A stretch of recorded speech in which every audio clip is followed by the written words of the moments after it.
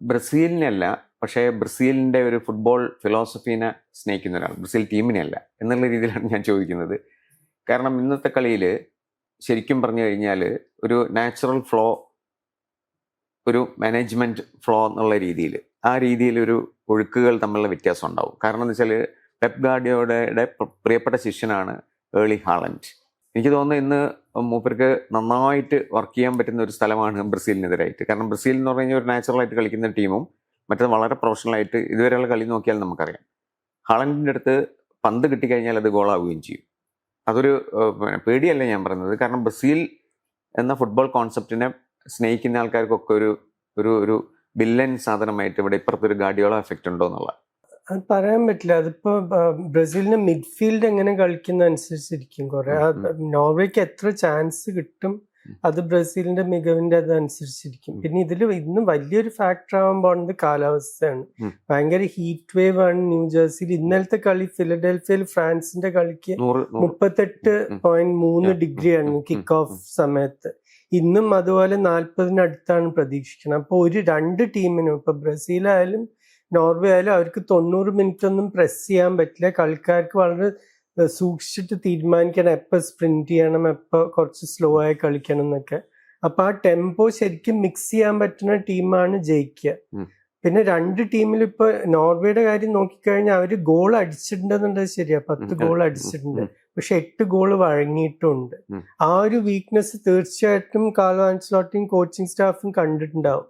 അവരുടെ centre backs അയറും ഹെഗമും നല്ല ഹൈറ്റുള്ള centre backs ആണ്, പക്ഷെ ഫാസ്റ്റസ്റ്റ് മൂവേഴ്സ് അല്ല. അപ്പൊ ഒരു മെത്താസ് കുഞ്ഞ ആയാലും വിനീഷ്യസ് ആയാലും അവരുടെ നേരെ ഓടാൻ നോക്കും, ഉറപ്പായിട്ടും നോക്കും.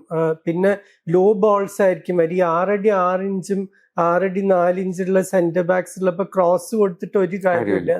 കഴിഞ്ഞ കളിയിൽ ജപ്പാനെതിരെ ക്രോസ് കുറെ കൊടുത്തു, ഈ കളിയിൽ അത് കാണില്ല നമ്മൾ.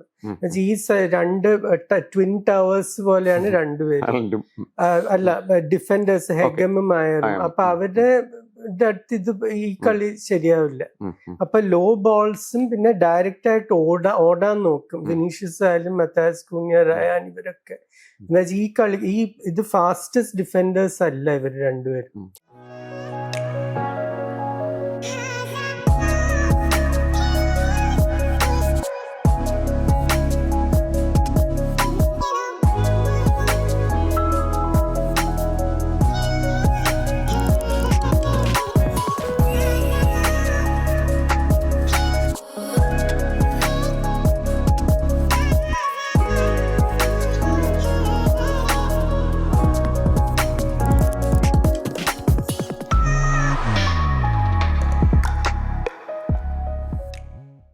ഇതിൽ വിനീഷ്യസിനെ പറ്റി പറയുമ്പോൾ ഇപ്പം പറഞ്ഞല്ലോ, ഓടുന്ന ഇത് പറയുന്ന സമയത്ത് ഏറ്റവും ഒരു ഇലക്ട്രിഫൈഡ് പ്ലെയർ എന്നൊക്കെ പറയാൻ പറ്റുന്ന ആളാണ് വിനീഷ്യസ്. വിനീഷ്യസ് എത്രമാത്രം ഇമ്പോർട്ടൻ്റ് ആണ് ഈ കളിയിൽ? രണ്ടുപേരും അതെ. കുഞ്ഞയുടെ മൂവ്മെന്റ് വിനീഷ്യസ് മെയിൻ ആയിട്ട് ആ ലെഫ്റ്റ് വിങ് കൂടി തന്നെ ആയിരിക്കും, ഇടയ്ക്കുള്ളിലേക്ക് കട്ട് ചെയ്യും.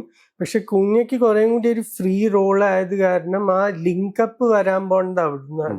പ്രത്യേകിച്ച് ബ്രസീലിന് ഇന്ന് മിഡ്ഫീൽഡിൽ ഒരു മാറ്റം വരുത്തും വേണം. ലൂക്കസ് പാക്കറ്റയുടെ ഹാംസ്ട്രിങ് ഇത് കാരണം ആരാണ് വരിക അതും നിർണായകമായിരിക്കും. ഇപ്പൊ എന്നോട് ചോദിച്ചാൽ ഞാൻ എഡസനെയാണ് എടുക്കുക. എന്താ വെച്ചാൽ എഡസൺ യൂറോപ്യൻ ഫുട്ബോളിൽ കളിച്ച് ഈ ഒരു ബോക്സ് ടു ബോക്സ്, നോർവേക്ക് നല്ല എനർജി ഉള്ള ടീമാണ്. അപ്പൊ അങ്ങനത്തെ ഒരു ബോക്സ് ടു ബോക്സ് മിഡ്ഫീൽഡറെ അവരുടെ എതിരെ കളിച്ചാൽ നന്നായിരിക്കും. വേറെ ഒരു ഓപ്ഷൻ ഉള്ളത് കുറച്ചു കാലം നോട്ടിംഗം ഫോറസ്റ്റ് ഉണ്ടായിരുന്നു, ഇപ്പൊ തിരിച്ച് ബ്രസീലിലേക്ക് പോയി ബോട്ടഫോഗോയ്ക്ക് ഡാനിലോ സാന്റോസ്, ഇവര് രണ്ടുപേരിൽ ഒരാളായിരിക്കും കളിക്കുക. പക്ഷെ അത് ആരായാലും അവർക്ക് ആ ഒരു ഡിഫെൻസീവ് ഇതും ചെയ്യാൻ പറ്റണം. മുന്നോട്ട് എഡസൺ മുന്നോട്ട് പോകാനും മിടുക്കനാണ്, ബോളും വെച്ച് മുന്നോട്ട് പോകാൻ. അപ്പൊ അതും വളരെ നിർണായകമായിരിക്കും. പക്ഷെ അവരെ എങ്ങനെ ലിങ്ക് ചെയ്യുന്ന ഈ മത്താസ് കുഞ്ഞയുടെ ഓട്ടങ്ങളാണ് ഈ നോർവേ ഡിഫൻസിനെ സ്ട്രെച്ച് ചെയ്യാൻ പോകുന്നത്. ഇവർക്ക് ഇപ്പം മത്താസ് കുഞ്ഞിക്കായാലും വിനീഷ്യസിനായാലും ഒക്കെ ഈ ഹിസ്റ്ററി എന്നുള്ള ബേർഡൻ എന്തായാലും പിന്നെ ഹിസ്റ്ററി പഠിച്ചിട്ടല്ല, അത് കളിക്കളത്തിൽ വരുന്ന സമയത്ത് ഈ ഒരു ബേർഡൻ ഭയങ്കരമായിട്ട് ഉണ്ടാവുമല്ലോ. കാരണം അഞ്ച് തവണ ചാമ്പ്യന്മാര്, നോർവേ പോലുള്ള ഒരു വളരെ സ്ട്രോങ് ആയിട്ടുള്ള ടീം, ഇത് ഈ കോമ്പറ്റീഷൻ എങ്ങനെയാണ് അത് മാച്ച് ചെയ്യുക? കളിക്കാര് കളിക്കളത്തിൽ ഇറങ്ങുമ്പോ അവര് ഹിസ്റ്ററിയെ പറ്റി അല്ല, അതൊന്നും അല്ല ആലോചിക്കുന്നത്. അതിന് മുമ്പ് അവര് ചിലപ്പോ ആലോചിച്ചിട്ടുണ്ടാവും. പക്ഷെ ഇപ്പൊ ഈ ഹെഡ് ടു ഹെഡ് റെക്കോർഡ് ഇതിനൊന്നും പക്ഷെ ഒരു പ്രസക്തി ഇല്ല. ഇപ്പൊ 4 തവണ ഈ ടീംസ് കളിച്ചിട്ടുണ്ട്, ഇതുവരെ നോർവേ തോറ്റിട്ടില്ല. പക്ഷെ ഈ ഗ്രൂപ്പ് കളിക്കാര് പരസ്പരം കളിച്ചിട്ടൊന്നുമില്ല. അപ്പൊ അതിന് ശരിക്കും 98 സംഭവിച്ചതിന് ഇതുമായിട്ട് ഒരു റിലേഷൻഷിപ്പും ഇല്ല ശരിക്കും. അപ്പൊ അവർ ഇപ്പോഴത്തെ ടീമിനെ നമുക്ക് എങ്ങനെ തോൽപ്പിക്കാൻ പറ്റും, അത് അവർ നോക്കിയിട്ടുണ്ടാവും. നോർവേയുടെ നല്ല മിഡ്ഫീൽഡാണ്, നല്ല ഫോർവേഡ് ലൈൻ ആണ്, പക്ഷെ ഡിഫൻസ് അത്ര ഫാസ്റ്റ് അല്ല. ഇതൊക്കെ ബ്രസീൽ കണ്ടിട്ടുണ്ടാവും, മറ്റേ വശത്ത് നോർവേയും കണ്ടിട്ടുണ്ടാവും. ഇപ്പൊ ബ്രസീലിൽ മിഡ്ഫീൽഡ് ഒരു മാറ്റം വരുത്തേണ്ടി വരും, നമുക്ക് എവിടെ ഓവർലോഡ് ചെയ്യാൻ പറ്റുക, ഫുൾ ബാക്സ് അത്ര പണ്ടത്തെ അത്ര സ്റ്റാൻഡേർഡ് ഇല്ല. അപ്പൊ ഇതൊക്കെ രണ്ട് ടീമുകളും പരസ്പരം നോക്കിയിട്ടുണ്ടാവും. ഇതിനകത്ത് നോർവേ നമ്മൾ ശരിക്കും പറഞ്ഞു കഴിഞ്ഞാൽ ഫുട്ബോൾ സർക്യൂട്ടിൽ സഞ്ചരിക്കുന്ന ആൾക്കാരെ സംബന്ധിച്ചിടത്തോളം നോർവേയുടെ ഇപ്പം ഹാലൻഡ് ആയാലും അങ്ങനെയുള്ള ഒരുപാട് കളിക്കാർ നമുക്ക് ക്ലബ്ബ് കളികൾ കാണുമ്പോൾ നമുക്ക് കാണാം. പക്ഷെ നോർവേ ഒരു ഇന്റർനാഷണൽ സെനാറിയോയിൽ എങ്ങനെയാണ് ദിലീപ് പ്ലേസ് ചെയ്യുന്നത്? ഇപ്പൊ 26 കൊല്ലത്തിന് ശേഷമാണ് ഒരു അന്താരാഷ്ട്ര ടൂർണമെന്റിൽ കളിക്കുന്നത്. പക്ഷെ ഈ ഒരു തലമുറ കളിക്കാർ ഇപ്പൊ വന്നിട്ടുള്ളത്, ഹാളൻ ന്യൂസ്, സോളോ, മാർട്ടിൻ ഓഡ്ഗാർഡ്, ഇവരൊക്കെ അവരുടെ സിസ്റ്റത്തിൽ കൂടി തന്നെ അവരുടെ നല്ലൊരു ക്ലബ് സിസ്റ്റമാണ്. വലിയ പേരുകേട്ട ക്ലബുകളൊന്നും അല്ലെങ്കിലും ഇപ്പൊ ബോഡോ ഗ്ലിംറ്റ് ഒക്കെ ഇത്തവണ ചാമ്പ്യൻസ് ലീഗിൽ വലിയ ക്ലബുകളെയൊക്കെ ഞെട്ടിപ്പിച്ചു. 20-25 കൊല്ലം മുമ്പ് റോസൻബർഗ്, ട്രോൺഹൈം എന്നുള്ള ക്ലബ്ബ് അവരും ഇത് ചെയ്തിട്ടുണ്ടായിരുന്നു. അപ്പൊ അവർക്ക് നല്ലൊരു ക്ലബ് സിസ്റ്റം ഉണ്ട്. അത് കൂടിയാണ് ഈ പല കളിക്കാരും വരുന്നത്.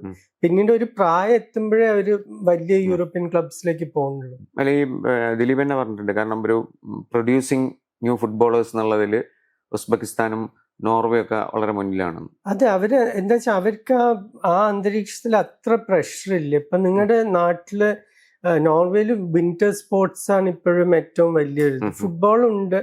പക്ഷെ അവരുടെ ഏറ്റവും മെഡൽ സക്സസ് ഇതൊക്കെ കിട്ടിയിട്ടുള്ളത് വിന്റർ ഒളിമ്പിക്സിലാണ്. അപ്പൊ അവരുടെ ആ അത്ലീറ്റ്സും സൂപ്പർ സ്റ്റാർസ് ആണ്. അത്ലറ്റിക്സിൽ ഇംഗബ്രിറ്റ്സൺ ബ്രദേഴ്സിന്റെ ഒളിമ്പിക്സിലൊക്കെ. അപ്പൊ അവര് അങ്ങനെ ഒരു ഫുട്ബോൾ നേഷൻ മാത്രമല്ല. അപ്പൊ അതിൻ്റെതായിട്ടുള്ള പ്രഷർ കുറച്ച് കുറയും. നേരെ തിരിച്ചൊരു 17 വയസ്സായ ഒരു ബ്രസീലിയൻ പയ്യൻ അല്ലെങ്കിൽ 17 വയസ്സായ ഒരു ഇംഗ്ലീഷുകാരൻ, ഇവരുടെയൊക്കെ മേലുള്ള എക്സ്പെക്ടേഷൻ ഭയങ്കര അധികമാണ്. അവർക്ക് അവരുടെ ആ ഒരു സ്പേസിൽ തന്നെ ഡെവലപ്പ് ചെയ്യാൻ ബുദ്ധിമുട്ടാണ്. ഈ നമ്മളെ അതിന്റെ ഒരു സ്റ്റൈൽ, പൊളിറ്റിക്സ്, ഫിലോസഫി ഒക്കെ പറയുമ്പോഴേ നോർവേ എന്നുള്ള ഒരു വൈക്കിംഗ് രാഷ്ട്രവും ഒരു ലാറ്റിൻ അമേരിക്കൻ രാഷ്ട്രവും തമ്മിൽ ഏറ്റുമുട്ടുമ്പോൾ അതിന്റെ ഒരു സ്റ്റൈൽ ഓഫ് പ്ലേ തമ്മിലുള്ള വ്യത്യാസം അതെങ്ങനെയായിരിക്കും? പണ്ടത്തെ അത്ര വ്യത്യാസമില്ല. എന്താ വെച്ചാൽ ഇപ്പൊ നോർവേ വെറും ഒരു ഡയറക്റ്റ് ടീം മാത്രം ഒന്നും പറയാനും പറ്റില്ല. എന്താ വെച്ചാൽ ഇപ്പൊ ന്യൂസ് ആയാലും ഓഡ്ഗാർഡ് ആയാലും ഇവർക്കൊക്കെ വളരെ നല്ല സ്കിൽസ് ഉണ്ട്. 15-16 വയസ്സിലാണ് ഓഡ്ഗാർഡിനെ റയൽ മെഡ്രിഡ് വാങ്ങിയത്. അവിടെ ക്ലിക്ക് ചെയ്തില്ല എന്നുള്ളത് വേറെ കാര്യം. പക്ഷെ അത്രയും സ്കിൽസ് കണ്ടിട്ടാണ് അവര് ഈ കളിക്കാരനെ, ചെറുപ്പക്കാരനെ വാങ്ങുന്നത്. അതേപോലെ ഇപ്പൊ ന്യൂസേം പലരും നോക്കുന്നുണ്ട്. അപ്പൊ ആ സ്കിൽ ഗ്യാപ്പ് പണ്ടൊരു 30 കൊല്ലം മുമ്പൊക്കെ നോർവേ ഒരു ബേസിക് ടീമായിരുന്നു. ഇപ്പൊ അങ്ങനെയല്ല. ബ്രസീലിന്റെ കാര്യം നോക്കുകയാണെങ്കിൽ അവരിപ്പൊ കുറേം കൂടി ഒരു ഓർഗനൈസ് സ്ട്രക്ചർഡ് ഒരു യൂറോപ്യൻ ശൈലിയാണ് കളിക്കുന്നത്. അത് കുറെ കാലമായിട്ട്, ഇപ്പൊ എന്നല്ല, സ്കോളാറിയുടെ കാലം തൊട്ട് അതിനു മുമ്പും ഒരു 30 കൊല്ലമായിട്ട് അങ്ങനെയാണ്. അപ്പൊ ആ പണ്ടത്തെ ഒരു 82-ലോ 86-ലോ ഇത് കളിക്കുകയായിരുന്നെങ്കിൽ വലിയൊരു ക്ലാഷ് ഓഫ് സിവിലൈസേഷൻസ്, അതായത് വലിയൊരു ക്ലാഷ് ഓഫ് സ്റ്റൈൽസ് ആവായിരുന്നു. ഇപ്പൊ അത് അത്ര പ്രസക്തമല്ല ശരി. ഇനിയിപ്പോൾ നമ്മൾ ഡയറക്റ്റ് ക്വസ്റ്റ്യനിലേക്ക് വരികയാണെങ്കിൽ, എന്നെ സംബന്ധിച്ചിടത്തോളം ഒരു പേടിയുണ്ട്, ഒരു ആസ് എ ഫുട്ബോൾ ലവർ എന്നുള്ള രീതിയിൽ. പക്ഷെ ഒരു ഫുട്ബോൾ അനാലിസ്റ്റ് എന്നുള്ള രീതിയിൽ എങ്ങനെയായിരിക്കും, നോർവേ ആണോ ബ്രസീലാണോ ഇതിൽ ജയിക്കുന്നത്? എനിക്ക് തോന്നുന്നത് ബ്രസീൽ ജയിക്കുന്നത്. ഞാൻ പറയാൻ കാരണം, ഞാൻ നേരത്തെ പറഞ്ഞ സെൻട്രൽ ഡിഫൻസിൽ നോർവേക്ക് വലിയ സ്പീഡില്ല. അപ്പൊ ബ്രസീൽ ക്രോസ് ചെയ്യാതെ ഡയറക്റ്റ് ആയിട്ട് ലോ ബോളും പാസും പിന്നെ ഓടി ഡിഫൻഡേഴ്സിനെ അറ്റാക്ക് ചെയ്യുക, അങ്ങനെ ചെയ്താൽ അവർക്ക് തീർച്ചയായിട്ടും 1-2 ഗോൾ അടിക്കാൻ പറ്റും. പിന്നെ ഡിഫൻസ് പറയുമ്പോൾ നമ്മൾ ഡിഫൻഡേഴ്സിനെ മാത്രമല്ല നോക്കേണ്ടത്. ഇപ്പൊ ഒരു ലോകകപ്പിലൊക്കെ ടീമായിട്ട് ഡിഫെൻഡ് ചെയ്യണം. അപ്പൊ ആദ്യത്തെ കളിയിലൊക്കെ പ്രശ്നം മിഡ്ഫീൽഡ് വളരെ ഓപ്പൺ ആയതുകൊണ്ടായിരുന്നു മൊറോക്കോന് അത്രയും ചാൻസ് കിട്ടിയത്. ഇപ്പൊ അത് കുറെ ആ ഗ്യാപ്സ് കുറെ ക്ലോസ് ചെയ്തിട്ടുണ്ട്. അത് കാരണം ഒരു ടീമായിട്ട് കുറച്ചും കൂടി മികച്ച ഡിഫെൻഡിങ് ആണ് ബ്രസീലിന്റെ. അപ്പൊ എന്റെ പ്രതീക്ഷ ബ്രസീൽ ജയിക്കുന്നതന്നെ. വളരെ ക്ലോസ് ആയിട്ടുള്ള കളിയായിരിക്കും. എന്താ വെച്ചാൽ നോർവേക്ക് അത്ര മികച്ച കളിക്കാരുണ്ട്. പക്ഷെ ജയിക്കേണ്ടതാണ് ബ്രസീൽ. മെക്സിക്കോ ഇംഗ്ലണ്ടാണ് മറ്റൊരു കളി. അത് എനിക്ക് തോന്നുന്നു അതും ഇതുപോലെ തന്നെ തീപ്പാറുന്ന പോരാട്ടം എന്നൊക്കെ നമ്മൾ സാധാരണ ക്ലിഷേ എഡിങ് കൊടുക്കുന്ന പോലത്തെ ഒരു സംഗതിയാണ്. മാത്രമല്ല അതിനകത്ത് ഇംഗ്ലണ്ട് ഇപ്പം തന്നെ പ്രത്യേകിച്ച് ഇംഗ്ലീഷ് മീഡിയം മുഴുവൻ ഞങ്ങളെ തോൽപ്പിക്കാൻ വേണ്ടി ഒരു കുടുക്കുണ്ടാക്കിയിരിക്കുകയാണ്. ഇത്രയും ഹൈറ്റിൽ കളി വെച്ചു, അത് മെക്സിക്കോക്ക് അനുകൂലമാണ്, അന്തരീക്ഷം, ചൂട് എല്ലാം അവർ പറയുന്നത് ഞങ്ങൾക്ക് എതിരായിട്ടുള്ളൊരു സിറ്റുവേഷനിൽ കൊണ്ടുവന്ന് ഞങ്ങൾ കളിപ്പിക്കുന്നു. പക്ഷെ ഒരിക്കലും പ്രതീക്ഷിക്കുന്നില്ലല്ലോ മെക്സിക്കോക്കെതിരെ ഇംഗ്ലണ്ടാണ് വരിക എന്നുള്ളത്. അത്തരത്തിലുള്ള ഒരു ക്യാമ്പയിൻ ഒരു ഭാഗത്ത് നടക്കുന്നുണ്ട്. പക്ഷെ നമുക്കറിയാം നല്ല സെറ്റായിട്ടുള്ള ടീമാണ് മെക്സിക്കോ. ഇംഗ്ലണ്ടും അതുപോലെ തന്നെ. ഇംഗ്ലണ്ടിലും അത്രയും ഭയങ്കരമായിട്ടുള്ള ഇപ്പം ഹാരിക്കനെ പോലത്തെ ഒരു കളിക്കാരുണ്ടെങ്കിൽ എന്തും മാറ്റിമറിക്കാം. ദിലീപിന് എന്താ തോന്നുന്നു? ഇത് ഇംഗ്ലണ്ടിന് വരാൻ പോണ പ്രശ്നം ഈ ഓൾട്ടിറ്റ്യൂഡ് തന്നെയാണ്. 7200 അടിയാണ് മെക്സിക്കോ സിറ്റി. അവിടെ സാധാരണ കളിക്കാർ കളിക്കാൻ പോകുമ്പോൾ ഒന്നുമില്ലെങ്കിൽ നിങ്ങളൊരു 10 ദിവസം മുമ്പ് പോകണം. അങ്ങനെയാണെങ്കിൽ ശരീരത്തിന് അഡ്ജസ്റ്റ് ചെയ്യാൻ ആ ഒരു സമയം. അതെ. മറ്റേ ചില ടീമുകൾ ഇപ്പൊ ബ്രസീലും അർജന്റീനയൊക്കെ അവസാനം ചെയ്യാൻ അവർക്ക് കീറ്റോയിൽ പോകണം, എക്വഡോറിനെ കളിക്കാൻ, അല്ലെങ്കിൽ ബൊളിവിയ കളിക്കാൻ ലപ്പാസ് പോകണം. ഇതൊക്കെ ഇതേപോലെ ഭയങ്കര ഹൈറ്റിലാണ്. അവർ അവസാന നിമിഷത്ത് പോകും, ഫ്ലൈറ്റ് ഇറങ്ങി നേരെ സ്റ്റേഡിയത്തിൽ പോയി കളിക്കും. അങ്ങനെ ആകുമ്പോഴും നിങ്ങൾക്ക് ബോഡിക്ക് ആ ഒരു ഷോക്ക് കിട്ടില്ല. അപ്പൊ ഈ രണ്ട് അപ്രോച്ചാണ് അവർ സ്പോർട്സ് സയൻസ് സജസ്റ്റ് ചെയ്യുന്നത്. ഇംഗ്ലണ്ടിന്റെ പ്രശ്നം എന്താ വെച്ചാൽ അവരിപ്പോ 48 മണിക്കൂർ എന്ന് പറഞ്ഞാൽ ഈ ത്രിശങ്കു സ്വർഗം പോലെ രണ്ടും അല്ലാത്തൊരിതിലാണ്. അപ്പൊ അവരുടെ ശരീരത്തിന് അഡ്ജസ്റ്റ് ചെയ്യാൻ ടൈം കിട്ടിയിട്ടില്ല. ആ ഒരു സഡൻ ആ ഒരു ചെയ്യാനും പറ്റില്ല, മറ്റേ ബ്രസീലൊക്കെ ചെയ്തിരുന്ന പോലെ.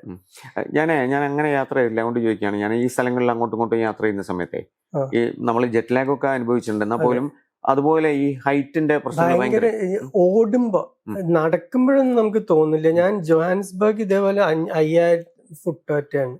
ജോഹാൻസ്ബർഗിൽ ജോഗ് ചെയ്യുമ്പോൾ നമുക്ക് ശരിക്കും ആദ്യത്തെ ഒരു 2 മിനിറ്റ് അത് മറികടക്കണം. ശരിക്കും ആ ലങ്സ് നമ്മുടെ യൂസ്ഡ് ആവാൻ വേണ്ടി. അത് കഴിഞ്ഞാൽ കുഴപ്പമില്ല. ഇവിടെ അത് തന്നെയാണ് നടക്കാൻ പോണത്. മെക്സിക്കോ എല്ലാ കളിയിലും ടീംസിനെ ആദ്യത്തെ 20 മിനിറ്റിൽ നോക്കൗട്ടാണ്. അവർക്ക് അറിയാം എന്താ വെച്ചാൽ ഇവരുടെ ലങ്സ് ഇത് അഡ്ജസ്റ്റ് ചെയ്ത് വരാൻ അത്ര സമയം എടുക്കും. ഇപ്പൊ ഇന്നലെയും രാഹുൽ ഹിമിനസ് അതാ പറഞ്ഞിട്ട് ആദ്യത്തെ 20 മിനിറ്റില് മറ്റേ ടീംസിന്റെ കളിക്കാർക്ക് ശ്വസിക്കാൻ പറ്റുന്നില്ല, അവർക്ക് എന്താ ചെയ്യേണ്ടതെന്ന് അറിയില്ല. ആ സമയത്ത് ഞങ്ങൾ ഇതാക്കും. അപ്പൊ ഇവിടെ 20 മിനിറ്റ് എങ്ങനെയെങ്കിലും ഇംഗ്ലണ്ട് പിടിച്ചു നിൽക്കണം. പിടിച്ചു നിന്നാൽ അവർക്ക് ജയിക്കാനുള്ള കളിക്കാരുണ്ട്. മെക്സിക്കോ ഇതുവരെ വളരെ സ്ലോ ടെമ്പോയിൽ കളിക്കുന്ന ഒരു എനർജി ഇല്ലാത്ത ടീംസിനെതിരെ കളിച്ചിട്ടുള്ളത്. സൗത്ത് കൊറിയ മാത്രം. അതെ, പക്ഷെ ഇംഗ്ലണ്ടിന് നല്ല പേസുള്ള കളിക്കാരുണ്ട്. അതിപ്പോ ബെല്ലിംഗം ആയാലും സാക്കി ആയാലും മാഡ്വയ്ക്ക്, ആന്റണി ഗോർഡൻ, ഇവരൊക്കെ. കെയ്ൻ പിന്നെ അവിടെ ഒരു ഫ്രണ്ട് റോളിൽ ഇങ്ങനെ റൊട്ടേറ്റ് ചെയ്തുകൊണ്ടിരിക്കുകയുള്ളൂ. പക്ഷെ ഇവർക്കൊക്കെ ഭയങ്കര പേസ് ഉണ്ട്. അത് കാരണം ഒരു 60 മിനിറ്റ് ഒക്കെ കഴിഞ്ഞ അത്രയും നേരം ഇംഗ്ലണ്ടിന് പിടിച്ചു നിൽക്കാൻ പറ്റുമെങ്കിൽ തീർച്ചയായിട്ടും മെക്സിക്കോന്റെ കളിക്കാരൻ സൂപ്പർമാൻ ഒന്നുമല്ല, അവരും കുറച്ച് കഴിഞ്ഞാൽ തളരും. അപ്പൊ ആ ഒരു സമയത്ത് ഇംഗ്ലണ്ടിന് അറ്റാക്ക് ചെയ്യാൻ പറ്റും. പ്രത്യേകിച്ച് സ്പീഡുള്ള സബ്സ്റ്റിറ്റ്യൂട്ട്സും ഉണ്ട്. അപ്പൊ അങ്ങനെ നോക്കിക്കഴിഞ്ഞാല് ആദ്യത്തെ ആ ഒരു 20 മിനിറ്റ് അരമണിക്കൂർ എങ്ങനെ ഇംഗ്ലണ്ട് പിടിച്ചു നിൽക്കുന്ന അനുസരിച്ചിട്ടാണ് ഈ കളി തീരുമാനമാകും. ഇംഗ്ലണ്ടിനെ സംബന്ധിച്ചിടത്തോളം ഇതൊരു എന്താ പറയാ, പഴയ ഒരുപാട് ദുഃഖഭരിതമായിട്ടുള്ള അല്ലെങ്കിൽ നഷ്ടം ഒരുപാട് സംഭവിച്ചിട്ടുള്ള ഓർമ്മകളുള്ള സ്റ്റേഡിയമാണിത്. മറഡോണയുടെ മെക്സിക്കോ എന്ന രാജ്യം തന്നെ ഇപ്പൊ പെലെയുടെ ബ്രസീലിനോട് തോറ്റു 70 ഒരു ഗ്രൂപ്പ് ഗെയിമിൽ. അതൊരു ക്ലാസിക് ഗെയിമായിട്ട് വെച്ചില്ല. അത് പക്ഷെ ഗ്വാഡലഹാരയിലായിരുന്നു. പക്ഷെ സെമിയിലല്ല, ക്വാർട്ടറിൽ ഇതേപോലെ വെസ്റ്റ് ജർമ്മനിയോട് 2-0 ലീഡ് ചെയ്തിട്ട് 3-2 തോൽക്കണം എക്സ്ട്രാ ടൈമിൽ. അതും മെക്സിക്കോയിൽ വെച്ചിട്ടാണ്. പിന്നീട് 86 നിങ്ങൾ പറയുന്ന മാരഡോണ. അത് അപ്പൊ ഒരു പിന്നെ ഞാൻ നേരത്തെ നമ്മൾ സംസാരിച്ച പോലെ ഹിസ്റ്ററി ഒരു ഭാരമാവില്ലെങ്കിലും അത് നമ്മൾ കാണുന്ന ആൾക്കാർക്ക് തോന്നുമല്ലോ. അല്ല, ഈ ടീമും ഈ കോച്ചും അതിനെപ്പറ്റി ഒന്നും ചർച്ച ചെയ്യാൻ പോകില്ല. അവരുടെ ശ്രദ്ധ മുഴുവൻ അവരെങ്ങനെ തുടങ്ങുന്നുള്ളതിലായിരിക്കും. അതിലും ഈ ടീം സെലക്ഷന് വലിയ പ്രാധാന്യമുണ്ട്. ഇപ്പൊ റൈറ്റ് ബാക്കിൽ റീസ് ജെയിംസ് ഇനിയും ഫിറ്റ് അല്ല. കഴിഞ്ഞ കളിയിൽ ജെഡ് സ്പെൻസ് കളിച്ചിട്ട് എന്താ പറയാ, ഒരു ലക്കില്ലാതെ കളിച്ച പോലെയാണ് ശരിക്കും. ഒരു പൊസിഷണൽ സെൻസും ഇല്ലാത്തൊരു കളിക്കാരനാണ്. അപ്പൊ ഇന്ന് ജെറൽ ക്വാൺസ് ഫിറ്റ് ആണ്. അപ്പൊ അവരെന്ത് ചെയ്യുന്ന അറിയില്ല, ചിലപ്പോ കോൺസ് തിരിച്ചു വരും. പക്ഷെ ആ ഒരു റൈറ്റ് ബാക്ക് ഇത് എന്തായാലും മെക്സിക്കോ ശ്രദ്ധിക്കുന്ന ഒരു പൊസിഷൻ ആയിരിക്കും. പ്രത്യേകിച്ച് ഗെയിമിന്റെ ആദ്യത്തെ ഹൈഡ്രേഷൻ ബ്രേക്കിന് മുമ്പുള്ള സമയത്ത് അവർ നിരന്തരമായിട്ട് ആ വിങ്ങിൽ കൂടി അറ്റാക്ക് ചെയ്യും. പിന്നെ ഈ സ്റ്റേഡിയങ്ങളുടെ ഒരു ചരിത്രം വെച്ച് പറയുമ്പോൾ നമ്മളിപ്പം നേരത്തെ പറഞ്ഞുകൊണ്ടൊന്നുകൂടി ദിലീപിന് കുറച്ചും കൂടി വിശദീകരിക്കാൻ പറ്റുന്നുള്ളൂ. ഇപ്പം മറാക്കാന എന്നൊക്കെ പറയുന്ന പോലെ ഈ സ്റ്റേഡിയത്തിന് അങ്ങനെ ഒരു വലിയൊരു ഹിസ്റ്ററി ഉണ്ടല്ലോ.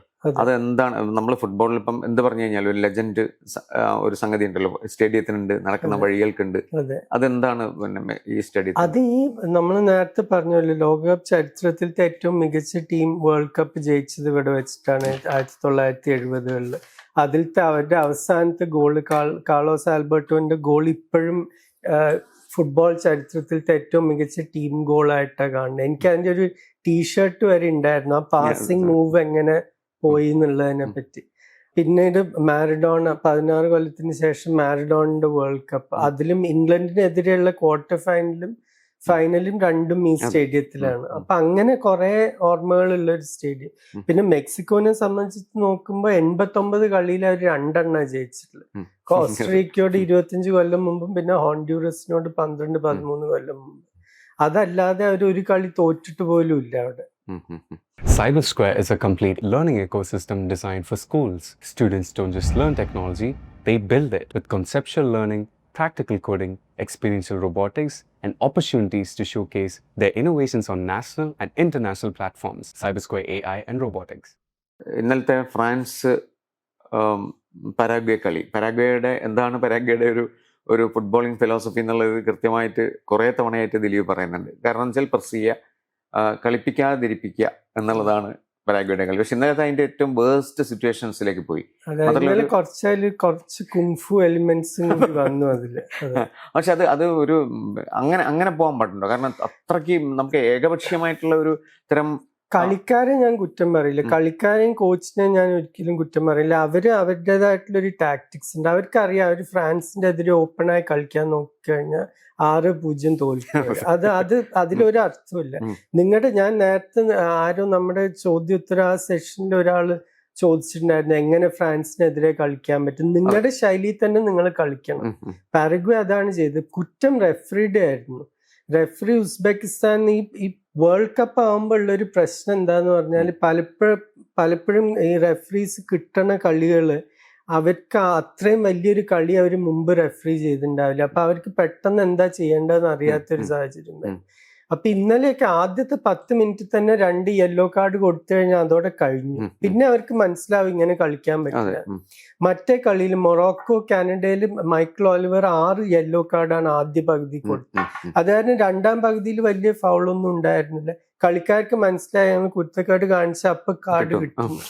അതാണ് സ്ട്രോങ് റെഫറി എപ്പോഴും അത് ചെയ്യും. ഇയാള് എല്ലാവിധ കളിക്കാരെ വൈറ്റിലൊക്കെ കുത്തുകയായിരുന്നു. അതിന് വരെ യെല്ലോ കാർഡ് കിട്ടിയിട്ടില്ല. പാരഗ്വേ ഇന്നലെ 29 ടാക്കിളാണ് ചെയ്തത്. അതിൽ ഒറ്റ കാർഡ് പോലും ഇല്ല. ടാക്കിൾ ചെയ്യരുതെന്നല്ല ഞാൻ പറഞ്ഞു, തീർച്ചയായിട്ടും ചെയ്യണം. പക്ഷെ അതിൽ പലതും വൃത്തിയായിട്ട് ടാക്കിൾസ് ആയിരുന്നു. അതിന് പോലും ഒരു കാർഡ്. ഫ്രസ്ട്രേറ്റഡ് ആയിട്ടുള്ള ഫ്രാൻസിനാണ് 3 കാർഡ് കിട്ടിയത്. അതെ. ഇതില് ഞാൻ ചോദിക്കട്ടെ, ഇന്നലെ കളി എന്തായാലും 1-0 ഫ്രാൻസ് ജയിച്ചു. പക്ഷെ ആ ഒരു പെനാൽറ്റി ഇല്ലായിരുന്നെങ്കിൽ ദിലീപ് പറയുന്ന പോലെ ഇങ്ങനെ പ്രസ് ചെയ്ത് കൊണ്ടുപോയി ഒരു പെനാൽറ്റി ഷൂട്ട് ഔട്ടിലേക്ക് കൊണ്ടുവരികയാണെങ്കിൽ മോശമായിട്ടുള്ള ഒരു ഫുട്ബോളിംഗ് ഹിസ്റ്ററി ആയി പോകുമായിരുന്നു അത്. പക്ഷെ അവർ അത്രയും പിടിച്ചു നിൽക്കാൻ പറ്റുമായിരുന്നു എന്ന് എനിക്ക് തോന്നുന്നില്ല. എന്താ വെച്ചാൽ അവസാന നിമിഷങ്ങളൊക്കെ ആയപ്പോഴേക്കും എംബാപ്പയ്ക്ക് ഒരു ഡബിൾ ചാൻസ് ഉണ്ടായിരുന്നു അവസാന നിമിഷം. 2 ഉഗ്രൻ സേവ് ആയിരുന്നു ഗില്ലിന്റെ. പക്ഷെ 120 മിനിറ്റ് ഒന്നും ഇങ്ങനത്തെ ഒരു ടീമിനെതിരെ പിടിച്ചു നിൽക്കാൻ പറ്റില്ല. ഇപ്പൊ ഇന്നലെ ബാർക്കോള ഓഫ് കളർ ആയത് കാരണം മാറ്റി ഡുവെ വന്നു. ഡുവെ ആണ് പെനൽറ്റി നേടേണ്ടത്, എന്നിട്ട് എംബാപ്പെ ഫിനിഷ് ചെയ്യുന്നു. അപ്പൊ അങ്ങനത്തെ ഒരു ടീമിന് എപ്പോഴും ആ കളി നീണ്ടു പോകുന്തോറും അവർക്ക് ഓപ്പണിങ്സ് കിട്ടിക്കൊണ്ടിരിക്കും. മറ്റേ കളിക്കാർ ഓടി തളർന്നിട്ടുണ്ടാവും. അപ്പൊ അത് എനിക്ക് പേടി ഉണ്ടായിരുന്നില്ല, അത് ഷൂട്ട് ഔട്ട് വരെ പോകുന്നു. ഈ എംബാപ്പെ മെസ്സി ഇപ്പം രണ്ടുപേരും 7 ഗോളുകൾ വീതം നിൽക്കുകയാണ്. ദിലീപ് പറയുന്ന കളി കഴിയുന്നതിന് മുമ്പ് എംബാപ്പെ ആയിരിക്കും. അല്ല, എംബാപ്പെ വേറെ തന്നെ ഒരു ലെവലിലുള്ള ഗോൾ സ്കോറാണ്. ഇപ്പൊ ഈ 3ാമത്തെ ലോകകപ്പാണ്, 11 നോക്കൌട്ട് ഗോളായി. ഈ 3 ലോകകപ്പിൽ ഇംഗ്ലണ്ട്, പോർച്ചുഗൽ, സ്പെയിൻ, ബ്രസീൽ ഈ ടീമുകൾ 11 നോക്കൌട്ട് ഗോൾ അടിച്ചിട്ടുണ്ട്. ഈ ടീമുകൾ ഈ 4 ടീമും അടിക്കാത്ത ഗോളുകൾ ഒരൊറ്റ കളിക്കാരൻ അത്രയും നോക്കൌട്ട് ഗോൾ അടിച്ചു. അപ്പൊ അത് വേറെ തന്നെ ഒരു ലെവലിലുള്ള ഗോൾ സ്കോറാണ് ശരിക്കും. മൊറോക്കോ കാനഡ കളി ഏതാണ്ട് ഒരു ഏകപക്ഷീയമായ കളി പോലെ ഇങ്ങനെ മൊറോക്കോയുടെ ഒരു വേവ് പോലെ തോന്നി എനിക്ക് കാണുമ്പോൾ. രണ്ടാം പകുതിയിൽ രണ്ടാം പകുതിയിൽ ആദ്യ പകുതി മുഴുവൻ കാനഡയുടെ കളിയായിരുന്നു. തുടങ്ങിയത് എങ്ങനെയാണ്, പക്ഷെ എന്നാലും ഒരു വേവ് വരുന്ന പോലെ മൊറോക്കോ അടിച്ചുകൊണ്ടുപോയ പോലെ തോന്നുന്നു. ആദ്യ പകുതിയിൽ ഞാൻ നേരത്തെ പറഞ്ഞ പോലെ റെഫറി വളരെ കർശനമായിട്ട് നിലപാടെടുത്തു. ഇങ്ങനെ ഫൗൾസ് അനുവദിക്കില്ല, വൃത്തിയായിട്ട് ഫൗൾ. അഷ്റഫ് ഹക്കീമിയെ വരെ ഒരു കാർഡ് കൊടുത്തിട്ട് വാൺ ചെയ്തു, ഇനി നിങ്ങൾ ഇങ്ങനെ കളിച്ചാൽ എന്റെ സ്വഭാവം മാറുന്ന നമുക്ക് ആ സംസാരം കാണായിരുന്നു 40ാമത്തെ മിനിറ്റിൽ. പക്ഷെ ആദ്യ പകുതിയിൽ മൊറോക്കോ ഒന്നും ചെയ്തിട്ടില്ല. ഒരു ടച്ച് ആയിരുന്നു അവർക്ക് കാനഡ ബോക്സിലുണ്ടായിരുന്നു. പക്ഷെ അതിന് ക്രെഡിറ്റ് ഞാൻ കാനഡയ്ക്ക് കൊടുക്കും. എന്ന് വെച്ചാൽ അവർ അത്രയും നന്നായിട്ടാണ് തുടങ്ങിയത്. അവരുടെ പ്രസ്സിങ്ങും ക്വിക്ക് പാസിങ്, കളിക്കാരുടെ മൂവ്മെന്റ് ഒക്കെ ടോപ്പ് ക്ലാസ് ആയിരുന്നു. അതൊരു ജെസ്സി മാഷ് ടീമിന്റെ പീക്ക് ഒരു ഇതിൽ അവർ കളിച്ചു. പക്ഷെ ആ ഒരു ശൈലിയുടെ പ്രശ്നം, അത്രയും ചൂടിൽ അത്രയും ഇന്റൻസിറ്റിയിൽ കളിക്കുമ്പോൾ കളിക്കാർ തളരും. ഇതൊരിക്കലും നിങ്ങൾക്ക് 90 മിനിറ്റ് ഈ സ്റ്റൈലിൽ കളിക്കാൻ പറ്റില്ല. അപ്പൊ കുറച്ച് കഴിഞ്ഞപ്പോൾ മൊറോക്കോന് കുറച്ചായിട്ട് കൺട്രോൾ തിരിച്ചെടുക്കാൻ തുടങ്ങി. അവർ കുറച്ച് മാറ്റങ്ങൾ വരുത്തി. ഇന്നലെ ബുവാദി അത്ര നന്നായി കളിച്ചില്ല, അവർ മാറ്റി. പിന്നെ മൊറോക്കോന് പറ്റിയൊരു വലിയ പ്രശ്നം അവരുടെ സെൻട്രൽ സ്ട്രൈക്കർ സൈബാരി ഹാംസ്ട്രിങ് ഇപ്പൊ വേൾഡ് കപ്പിൽ തന്നെ പുറത്തായിരിക്കും. അപ്പൊ മാറ്റേണ്ടി വന്നു. റഹീമി വേറെ തന്നെ ഒരു ശൈലി കളിക്കാരനാണ്. സൈബാരിക്ക് ബോൾ ഹോൾഡ് അപ്പ് ചെയ്യാൻ പറ്റും, ബാക്കി കളിക്കാരെ കളിയിലേക്ക് കൊണ്ടുവരാൻ പറ്റും. റഹീമി മോർ ഒരു പ്യുവർ ഗോൾ സ്കോറർ ടൈപ്പാണ്. അപ്പൊ അവരുടെ ശൈലിയൊക്കെ കുറെ മാറ്റേണ്ടി വന്നു. പിന്നെ ഞാൻ എപ്പോഴും പറയുന്ന ഒരു കളിക്കാരനാണ് ഉനാഹി. ശരിക്കും ഒരു ക്ലാസിക് നമ്പർ 8 ഇതിൽ കളിക്കാൻ പറ്റുന്നു. അത് രണ്ട് മികച്ച ഫിനിഷസ് ആയിരുന്നു, പറയാതെ പറ്റില്ല. ഇതില് ഇനിയിപ്പം ഫ്യൂച്ചർ പ്ലേസിൽ ഇപ്പം ബ്രസീലിൻ്റെതായാലും അല്ലെങ്കിൽ ഈ വരുന്ന ഇതിലെ മൊറോക്കോയുടെ ഒരു വലിയ സാധ്യത എന്തായിരിക്കും? മൊറോക്കോന് ഇനി ഫ്രാൻസ് ആണ്. പക്ഷെ ഒരു ടീമും ഈ മൊറോക്കോ ടീമിനെ കളിക്കാൻ ആഗ്രഹിക്കില്ല. എന്ന് വെച്ചാൽ അവർ അത്രയും നല്ലൊരു ഓർഗനൈസ്ഡ് ടീമാണ്, വളരെ മികച്ച ഗോളിയാണ്. ഈ ഡിഫൻസിന് അവരുടെ ഓർഗനൈസേഷൻ മാത്രമല്ല, ഇപ്പൊ ലാസ്റ്റ് മിനിറ്റ് ഇപ്പൊ ഡിഫൻസിനെ ബീറ്റ് ചെയ്ത് കഴിഞ്ഞാലും ഈ നുസൈർ മസ്റാവിക്ക് ബോളിന്റെ മേലെ പോയി ചാടി വീഴ് എങ്ങനെങ്കിലും ഒരു തടുക്കും. അപ്പൊ അത്രയും ഒരു ഫൈറ്റേഴ്സും കൂടിയാണ് ബാക്ക് ലൈനിലുള്ള കളിക്കാർ. പിന്നെ നല്ല സ്കില്ലുള്ള മിഡ്ഫീൽഡ്, അത് അവർക്ക് പല റോൾസും ചെയ്യാൻ പറ്റും. എനിക്ക് ആകെയുള്ള പ്രശ്നം, ഇന്നലെയും ഡിയാസ് അസിസ്റ്റ് കൊടുത്തു, പക്ഷെ ഇതുവരെ ഗോൾ അടിച്ചിട്ടില്ല. അപ്പൊ ആ സെൻട്രൽ സ്ട്രൈക്കറെ മാർക്ക് ചെയ്യാൻ തുടങ്ങിക്കഴിഞ്ഞാൽ ഗോൾ എവിടുന്ന് വരുന്നുള്ള ഒരു പ്രശ്നം. എൽക്കനൂസ് ഇതുവരെ ശരിക്കും ക്ലിക്ക് ചെയ്തിട്ടില്ല ലോകകപ്പിൽ. അപ്പൊ അങ്ങനത്തെ ഒരു ഗോൾ അടിക്കുന്ന കാര്യത്തിൽ അവർക്കൊരു പ്രശ്നം വരാൻ സാധ്യതയുണ്ട്.